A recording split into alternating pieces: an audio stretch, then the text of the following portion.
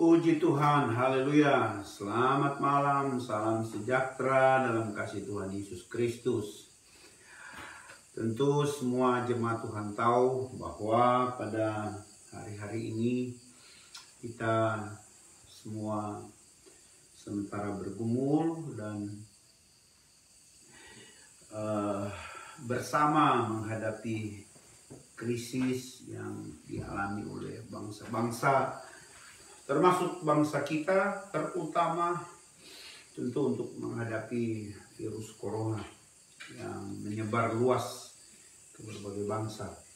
Dan jemaat GPD Bethlehem yang biasanya hari Kamis kita ada pendalaman Alkitab di gereja, kita beribadah dengan puji-pujian, penyembahan yang singkat, dan kemudian ada PA. Kali ini kita beribadah di rumah masing-masing dan gembala melayani seluruh sidang jemaat Tuhan melalui media sosial. Nanti kemudian akan dibagi rekaman ini kepada seluruh jemaat yang tentu memiliki HP Android, supaya kiranya juga yang tidak memiliki boleh dibagi kepada mereka, jemaat yang lain, mengajak untuk menyaksikan, menonton pelayanan ini. Servis dari gembala atau dari pastori, dari kami untuk seluruh jemaat Tuhan terasa berbeda. Kita sejak hari Minggu baru pertama kali mengadakan live streaming, dan hari Minggu depan juga demikian, kita akan melakukan ibadah melalui live streaming. Puji Tuhan, dan firman Tuhan pada malam hari ini, di Kamis malam ini, saya membaca dari kitab Yeremia pasal yang ke-12. Yeremia pasal yang ke-12.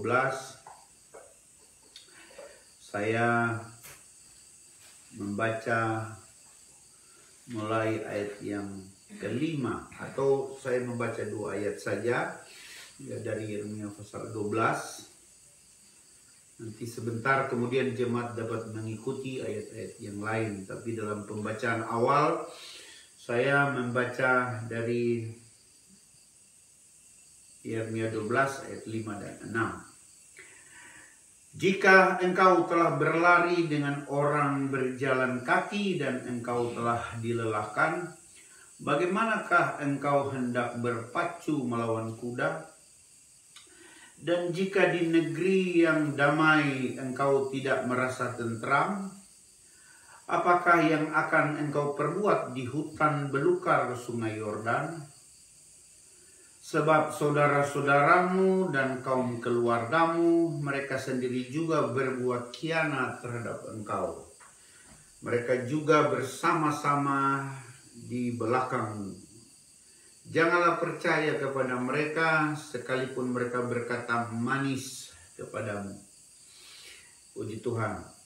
Sampai di sana pembacaan awal ini, dan jemaat Tuhan, sebagaimana kita tahu bahwa baik Yeremia maupun Mika, mereka ada pada suatu masa pelayanan bersama kepada bangsa Yehuda, yang sesudah berpuluh tahun kemudian mereka atau Yehuda ditaklukkan oleh Nebukadnezar, Raja Babilonia. Nah, pelayanan dari Yeremia, dari Mika adalah pelayanan, dan tentu nabi-nabi yang lain adalah pelayanan yang sungguh-sungguh sulit, ya. Pelayanan yang tidak populis. Artinya kalau mereka mau jadi hamba Tuhan yang melayani sungguh-sungguh, memberitakan pesan-pesan Tuhan, memberitahukan pesan-pesan Tuhan, mereka tahu konsekuensinya sangat berat, ya. Mengapa? Karena sudah pasti bangsa Israel itu akan ditawan, sudah pasti bangsa Israel itu akan mengalami penindasan dari Raja Babilonia atau bangsa Yehuda, ya. Israel sebelumnya sudah ditaklukkan oleh Asyur. Bapak, Ibu, saudara-saudara sidang jemaat Tuhan, posisi hamba Tuhan memang seringkali berada pada posisi yang sangat sulit, ya. Sama seperti kira-kira, ya, walaupun tentu konteksnya berbeda dengan apa yang dialami oleh Yeremia, tetapi kira-kira yang dapat disaksikan langsung sekarang ini bagaimana hamba-hamba Tuhan di hari-hari ini juga ada pada posisi yang sulit, ya. Bapak Ibu jemaat sudah membaca atau mengikuti di media sosial bagaimana hamba-hamba Tuhan bersilang pendapat mengenai apakah kita akan tetap melaksanakan ibadah secara komunal di gereja-gereja, atau karena ada himbauan pemerintah bahkan pimpinan gereja, kita ibadah saja di rumah masing-masing. Ya, kemudian banyak sekali hamba-hamba Tuhan mengambil bagian-bagian ayat dalam Alkitab yang menjadi dasar dari keputusan-keputusan mereka, baik untuk mengikuti pemerintah, mengikuti pimpinan gereja, maupun hamba-hamba Tuhan lain yang tetap melaksanakan ibadah secara komunal di gedung gereja masing-masing, ya. Saya mohon maaf sebagai gembala sidang tidak masuk kepada persilangan pendapat, ya, bersilang pendapat satu dengan yang lain mengenai hal ini. Apalagi dengan mengambil bagian-bagian ayat yang bagi saya sebagai hamba Tuhan, saya perlu berhati-hati. Jangan ayat-ayat yang kiranya saya ambil itu tidak sama konteks dengan apa yang terjadi pada saat ini, ya. Benar, memang ada beberapa teman-teman hamba Tuhan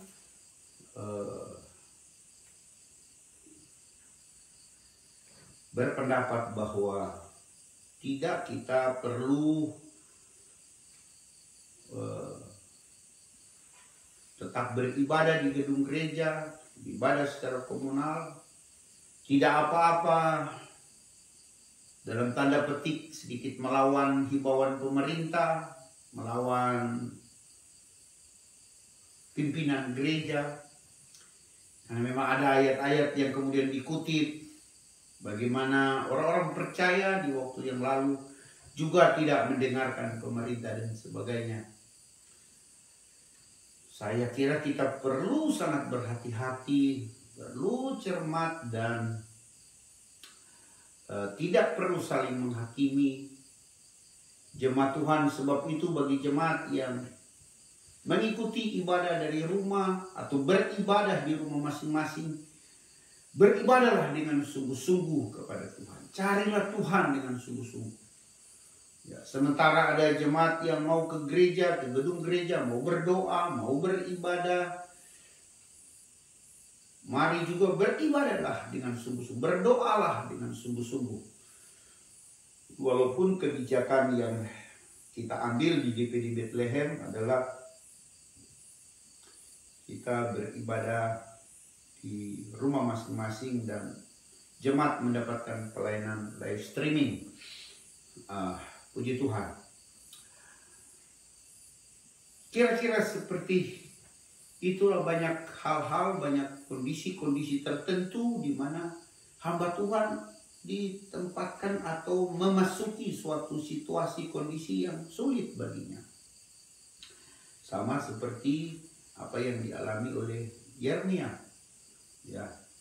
Sampai kemudian Yeremia melakukan, atau kalau kita membaca judul topik pada pasal 12 ini, keluhan Yeremia, ya. Yeremia mengeluh kepada Tuhan.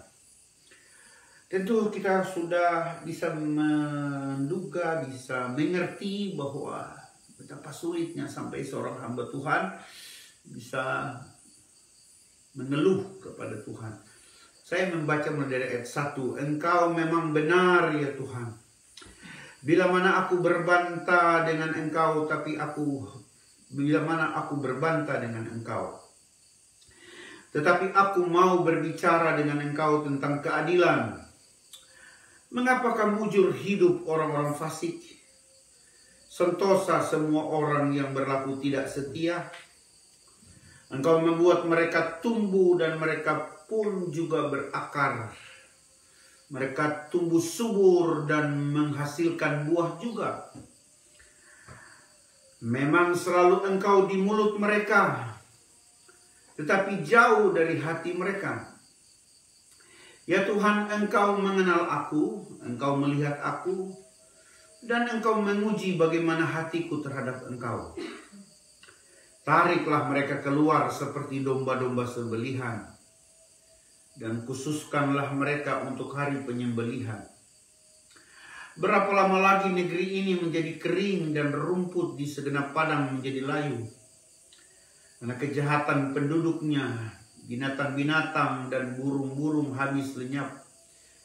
Sebab mereka telah mengira ia tidak akan melihat tingkah langkah kita. Dan kemudian ayat 5 dan 6 kita sudah baca tadi. Jawaban Tuhan atas keluhan Nabi Yeremia. Sidang jemaat Tuhan yang saya kasih dalam Tuhan Yesus Kristus.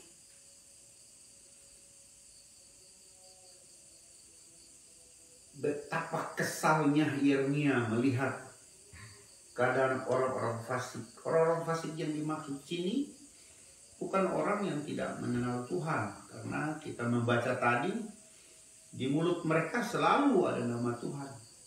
Selalu memanggil Tuhan. Tetapi sesungguhnya menurut Yeremia, mereka memiliki hati yang jahat. Hati yang jauh dari Tuhan. Walaupun keadaan kehidupan rohani seperti itu, mereka disebut orang fasik, tapi mereka sangat diberkati. Atau kelihatan sangat diberkati. Hidup mereka begitu mujur.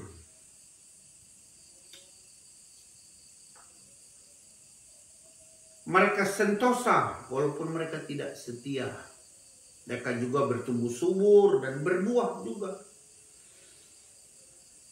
Saya kira jemaat sudah mengingat atau dapat mengingat apa yang juga dikatakan dalam kitab Mazmur. Mazmur pasal yang ke-37 dan 73. Ya, kira-kira memiliki kesamaan. Ya, pergumulan. Seperti pergumulan Yeremia.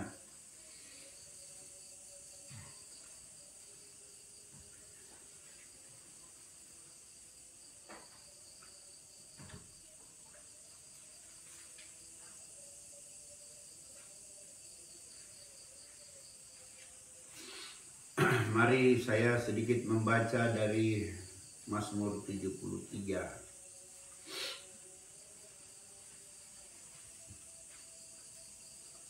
Kita lihat sebentar ayat-ayat ini.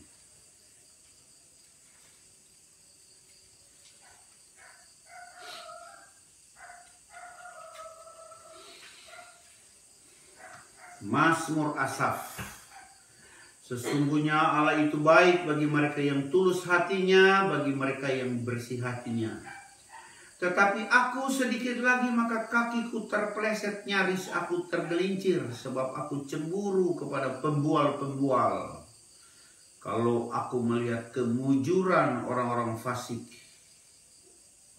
wah, orang-orang fasik mujur, sakit tidak ada pada mereka, mereka gemuk, mereka tidak mengalami kesusahan manusia, mereka tidak kena tulah seperti orang lain.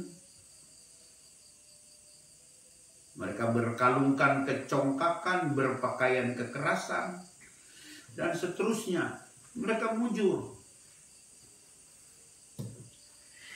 Lalu kenapa orang-orang yang dekat dengan Tuhan, kenapa orang-orang yang beribadah kepada Tuhan, menjaga hatinya bersih, menjaga tangannya tetap bersih, tapi justru mengalami penderitaan, justru mengalami kesusahan, mengalami penderitaan? Ada di mana keadilan Tuhan? Yeremia saat melayani Tuhan, wah, dia mengalami penderitaan yang sangat. Kita semua tahu bagaimana tekanan padanya, sampai-sampai lahirlah kitab Ratapan, kitab tangisan. Tetapi kitab Ratapan itu kitab yang menangisi kedegilan hati dari jemaah, menangisi akan kefasikan dari bangsa Israel, penolakan bangsa Israel terhadap firman Allah, penolakan bangsa Israel kepada hamba-hamba Tuhan yang memberitakan firman dengan benar. Nah, kita sudah membaca dalam kitab Yeremia tadi, Tuhan memberi jawaban yang memberi motivasi yang sangat kuat, ya. Karena terkadang juga kita hamba Tuhan, terkadang kita sebagai manusia biasa, kita tidak tepat, kurang cermat di dalam hal menilai, ya.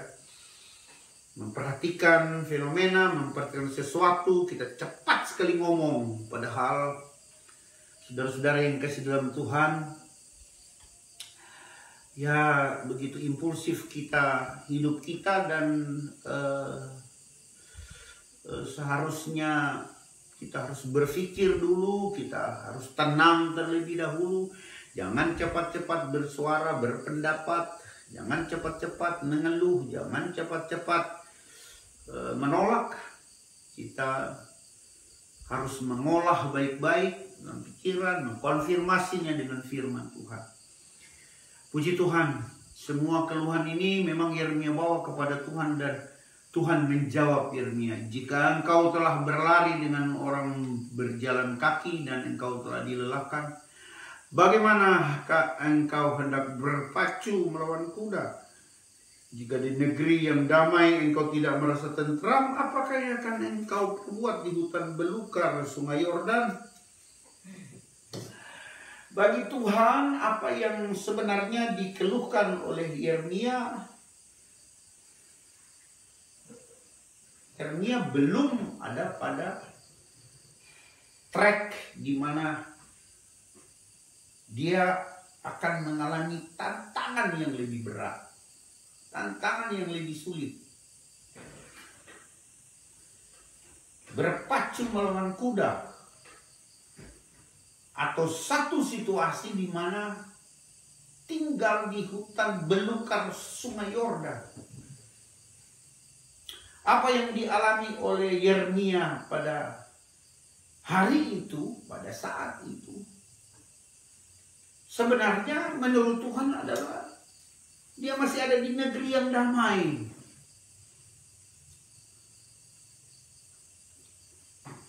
Dia belum ada pada suatu waktu di mana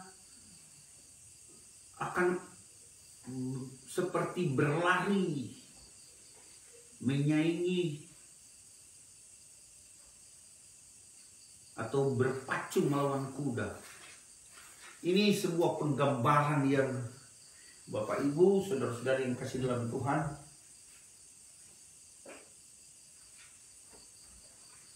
lebih berat daripada apa yang dikeluhkan oleh Yeremia. Saya berdoa kepada Tuhan agar supaya jemaat Tuhan, haleluya, puji Tuhan, marilah kita menjadi tenang. Marilah saya dan saudara jangan cepat-cepat mengeluh dengan kondisi sekarang. Ada kemungkinan Bapak Ibu saudara-saudara, kalau kita periksa-periksa Alkitab, bolak-balik Alkitab, baca nubuatan Tuhan Yesus tentang akhir zaman, ada kemungkinan situasi akan jauh lebih berat daripada apa yang kita alami sekarang. Yang kita alami sekarang, kita belum dilarang beribadah. Hanya kita dihimbau oleh pemerintah untuk tidak beribadah secara komunal agar supaya penyebaran virus corona ini bisa dihentikan. Ya. Jangan cepat menyebar.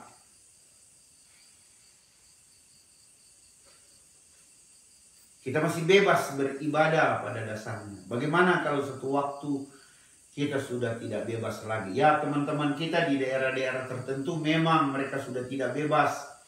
Gereja bahkan dirusak oleh massa, mereka dilarang beribadah, mereka diintimidasi, mereka diancam, mereka diganggu sementara beribadah, mereka mengalami ketidakadilan. Tapi itu berlakunya hanya secara lokal. Alkitab berkata satu waktu, sama seperti apa yang kita alami sekarang, semua bangsa-bangsa, sudah ratusan negara sekarang yang mengalami goncangan akibat virus corona. Tapi bagaimana kalau kita akan mengalami situasi seperti yang digambarkan oleh Tuhan kepada Yeremia?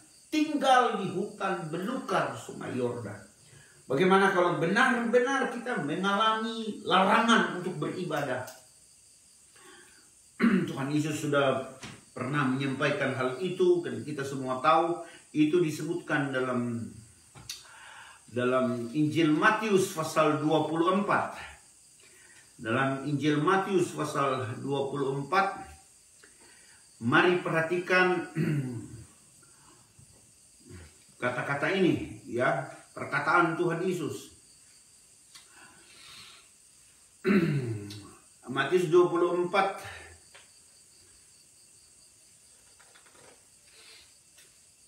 saya membaca dari ayat 3 saja.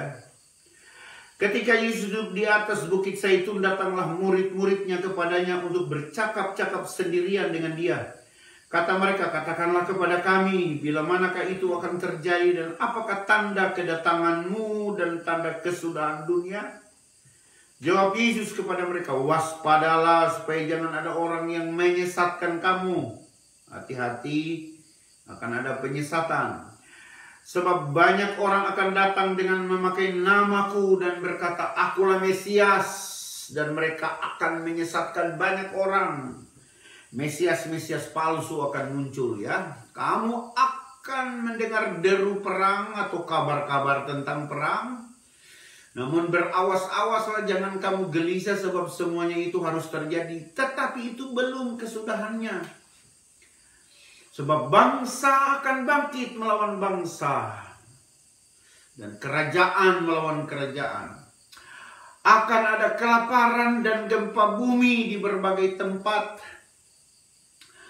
Akan tetapi semuanya itu barulah permulaan penderitaan menjelang zaman baru. Semua yang terjadi tadi yang Yesus nubuatkan masih terjadi di beberapa tempat. Ya.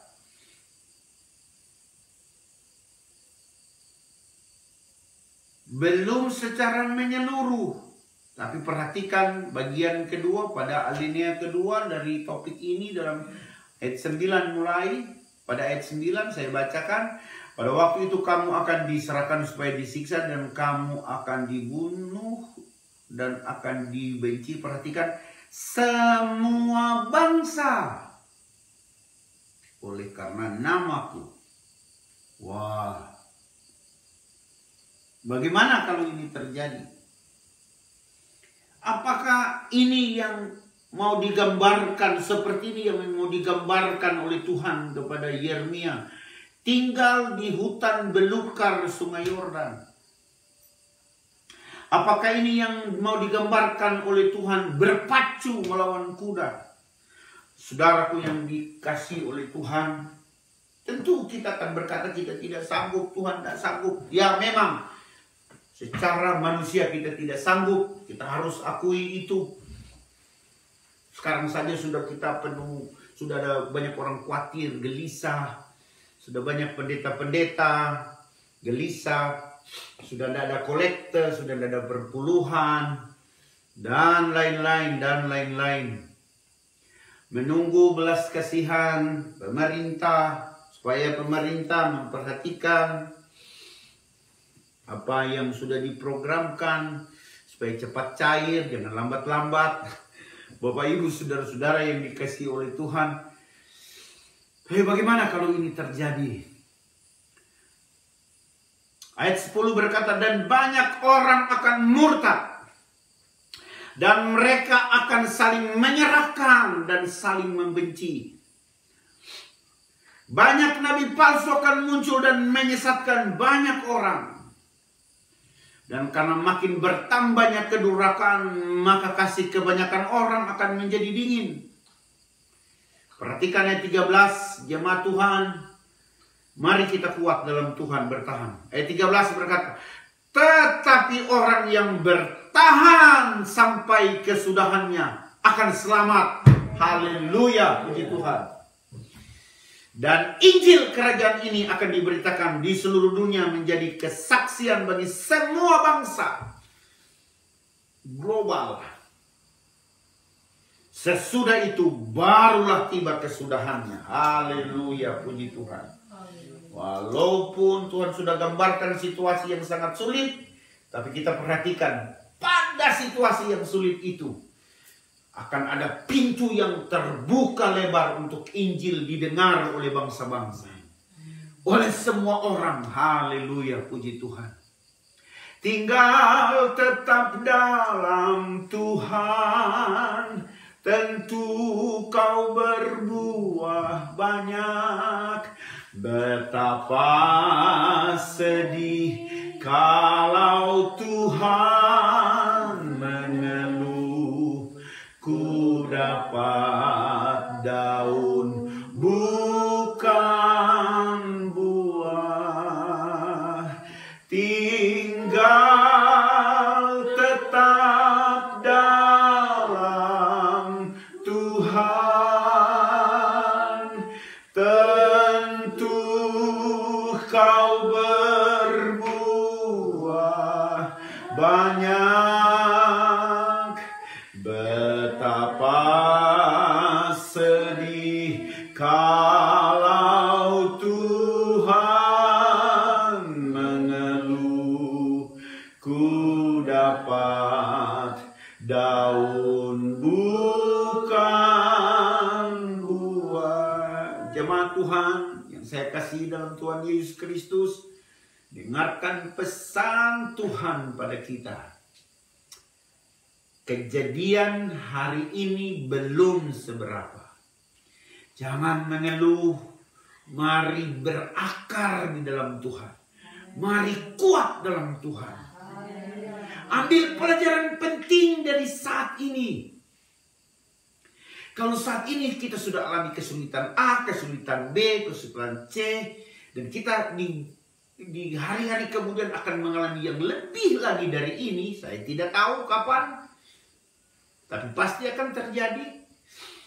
Janganlah untuk hal yang sekarang kita sudah banyak mengeluh dan kemudian tidak mengambil pelajaran, kita akan digilas, kita akan dihanyutkan, kita akan dikalahkan oleh tantangan yang berikut. Kalau hari ini belanjanya terbatas, uangnya sedikit, Kalau cuman untuk soal-soal jasmani, kita dapatkan kesulitan A, B, C, dan seterusnya.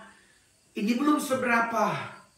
Ya, puji Tuhan. Kalau besok-besok pasar ditutup, berbahagialah saudara yang tanam ubi, berbahagialah saudara yang tanam pisang. Haleluya. Berbahagialah saudara punya kebun. Kalau lebih jangan lupa pastori. Haleluya. Puji Tuhan. Puji Tuhan. Gembala mah selalu begitu ya. Haleluya, puji Tuhan. Saya mengasihi saudara, saya mengasihi semua jemaat. Saya ada di kebun berhari-hari di sini dan saya selalu mendoakan saudara. Tuhan memberkati kita sekalian. Amin.